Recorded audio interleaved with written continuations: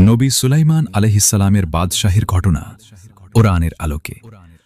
আল্লাহ তাআলা বলেন, তিনি নবী দাউদ আলাইহিসসালামের পুত্র সুলাইমান আলাইহিসসালামকে বিশেষ অনুগ্রহে ভূষিত করেছিলেন।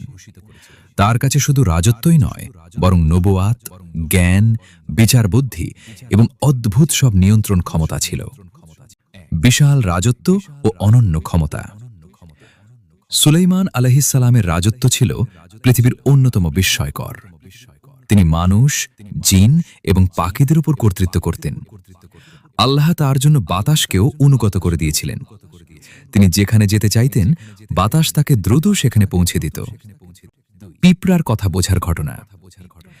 একদিন তিনি তার বিশাল সেনাবাহিনী নিয়ে অগ্রসর হচ্ছিলেন। হঠাৎ একটি পিঁপড়া অন্য পিঁপড়াদের বলল, হে পিঁপড়ারা, তোমরা নিজেদের গর্তে ঢুকে পড়ো, যেন সুলাইমান ও তার বাহিনী তোমাদের পিষে না ফেলে।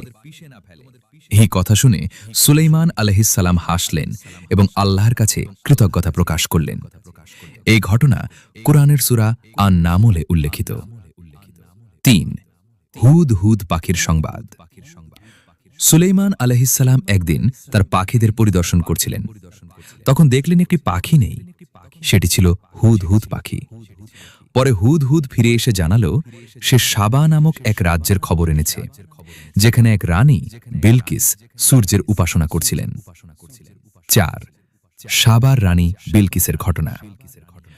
সুলাইমান আলাইহিসসালাম সেই রানীকে আল্লাহর দিকে আহ্বান জানিয়ে একটি চিঠি পাঠালেন। পরবর্তীতে রানী বিলকিস তার দরবারে উপস্থিত হলেন।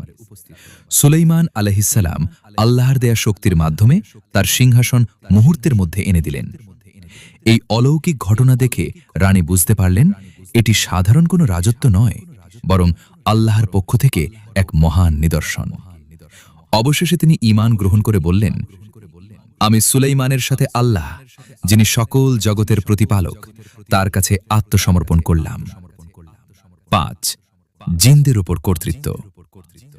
সুলাইমান আলাইহিসসালামের অধীনে বহু জিন কাজ করত। তারা তার জন্য প্রাসাদ, মূর্তি, বড় বড়